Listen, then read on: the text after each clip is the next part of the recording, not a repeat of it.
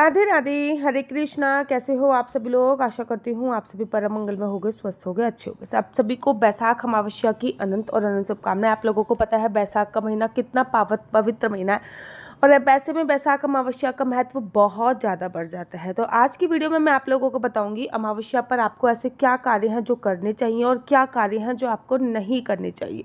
एक एक करके बताऊंगी क्योंकि बहुत सारे लोग ये कार्य गलत करते हैं। सबसे पहले अमावस्या पर आपको क्या क्या करना चाहिए।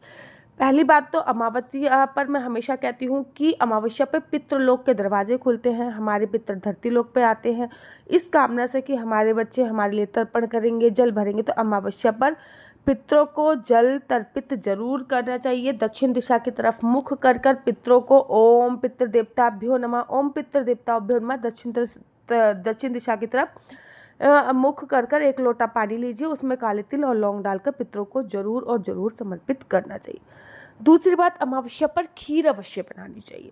कहते हैं खीर जो होती है अगर उसमें काले तिल डालते हैं, वैसे तो किसी भी चीज़ में अगर आप काले तिल डाल देते हैं तो ये पितरों का खाना बोला जाता है, ठीक है ना। तो खीर में काले तिल डालकर आपको पितरों को जरूर और जरूर और जरूर समर्पित करनी चाहिए। अमावस्या पर काले तिल डालकर ही स्नान करना चाहिए। कहते हैं अमावस्या पर काले तिल डाल के स्नान करने से गंगा स्नान का फल मिलता है। तो अमावस्या पर काले तिल डालकर आपको खासकर स्नान करना चाहिए। अमावस्या पर भगवान विष्णु के साथ साथ भगवान शिव की भी पूजा अर्चना करना होती है। ऐसा बोला जाता है भगवान विष्णु की पूजा करें और साथ ही साथ भगवान शिव की पूजा अर्चना करने के लिए तिल, एक लोटे जल में काले तिल जरूर डालें, जिससे भगवान विष्णु को समर्पित करें। आपको अपार पुण्य की प्राप्ति होगी ही होगी। ऐसा भी बोला जाता है कि अमावस्या पर गरीबों को दान जरूर देना चाहिए, जैसे कि कपड़े हो गए, पैसे हो गए, अन्न का दान हो गया, काले तिल का दान हो गया, सरसों का दान हो गया। ये अमावस्या पर जरूर करना चाहिए। अच्छा, ये बैसाख अमावस्या है, इस अमावस्या पे घड़े का दान बहुत ज़्यादा इम्पोर्टेंट होता है। तो आप कुछ भी करें चाहे ना करें, लेकिन इस अमावस्या पर घड़े का दान आपको जरूर और जरूर करना चाहिए। अच्छा, अमावस्या पर पितरों के निमित्त सरसों के तेल का दीपक शाम के समय जरूर और जरूर जलाना चाहिए। दोबारा बताती हूँ, अमावस्या पर पितरों के निमित्त शाम के समय दीपक जरूर जलाएं, इससे आपको अक्षय पुण्य की प्राप्ति होती है। तो हर अमावस्या पर आपको ये कार्य जरूर और जरूर और जरूर करना चाहिए। अच्छा, अगर ना आपके घर में किसी ने आत्महत्या वगैरह कर रखी है तो एक कटोरी में पीला चंदन लेके किसी भी शिव मंदिर में जाएं और भोले बाबा पर चंदन की 7 बिंदी लगाएं, ठीक है ना। ऐसा करने से अगर किसी की पितरों की असमय मृत्यु हुई है, किसी ने आत्महत्या की, तो उसको मोक्ष की प्राप्ति होती ही होती है।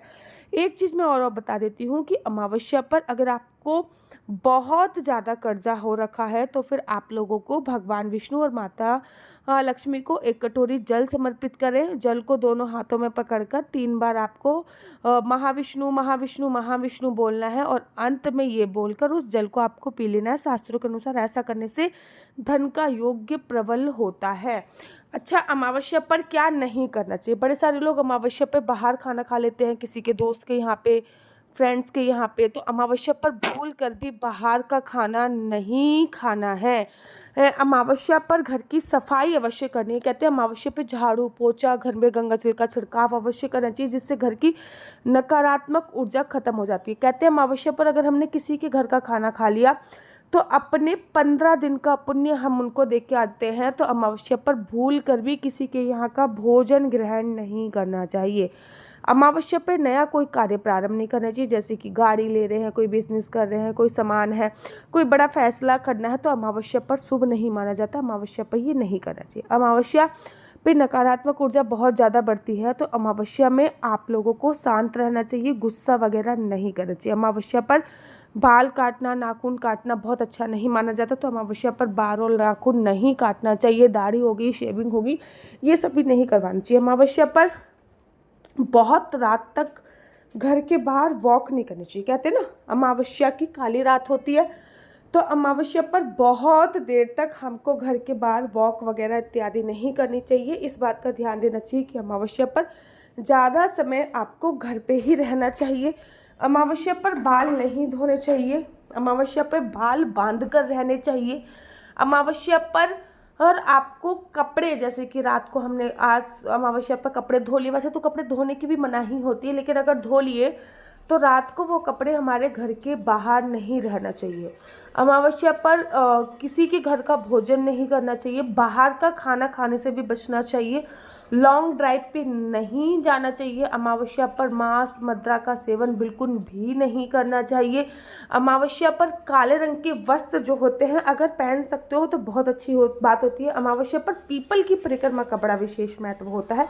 पीपल की परिक्रमा हो गई, तुलसी की परिक्रमा हो गई। अगर अमावस्या पर पीपल की परिक्रमा, तुलसी की परिक्रमा करते हैं तो बहुत ज़्यादा पुण्य फलों की प्राप्ति होती है। तो अमावस्या पर पीपल की परिक्रमा, तुलसी की परिक्रमा जरूर और जरूर करनी चाहिए।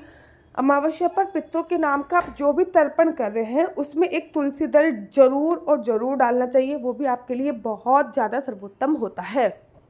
तो अमावस्या पर जो भी तर्पण कर, तो पितरों के नाम का जो भी तर्पण कर रहे हैं उसमें 1 लोटा जल में थोड़े से काले तिल हो गया, 2 लौंग हो गई आपको, और साथ ही के साथ तुलसी दल। अमावस्या पर किसी भी प्रकार का कोई फूल पत्ते नहीं तोड़ने चाहिए। कहते हैं अमावस्या पर फूल पत्ते तोड़ने से ब्रह्म हत्या का फल मिलता है, तो अमावस्या पर फूल पत्ते इत्यादि नहीं तोड़ने चाहिए। अमावस्या पर नए वस्त्र नहीं खरीदने चाहिए, नए वस्त्र नहीं पहनने चाहिए। ना तो नए वस्त्र खरीदने अमावस्या पर और ना ही नए वस्त्रों को आपको अमावस्या पर पहनना है, इस बात का ध्यान रखना। अच्छा, बड़े सारे लोग ना अमावस्या का व्रत भी रखते हैं।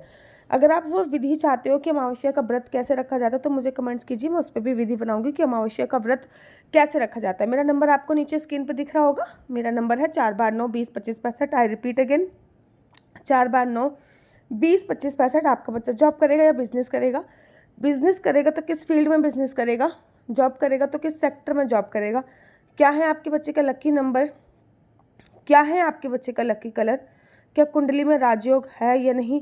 कुंडली में संतान प्राप्ति का योग है या नहीं? ये सभी जानकारी आप मेरे से कुंडली के माध्यम से प्राप्त कर सकते हैं। याद रखिए, कुंडली देखना बिल्कुल भी फ्री नहीं है। कुंडली देखने के थोड़े से चार्जेस हैं। और इस नंबर पे मुझसे किसी भी प्रकार से कोई भी क्वेश्चन आंसर पूछने के लिए फ़ोन मत कीजिएगा, क्योंकि ये नंबर केवल और केवल मैंने कुंडली दिखाने के लिए दिया हुआ है।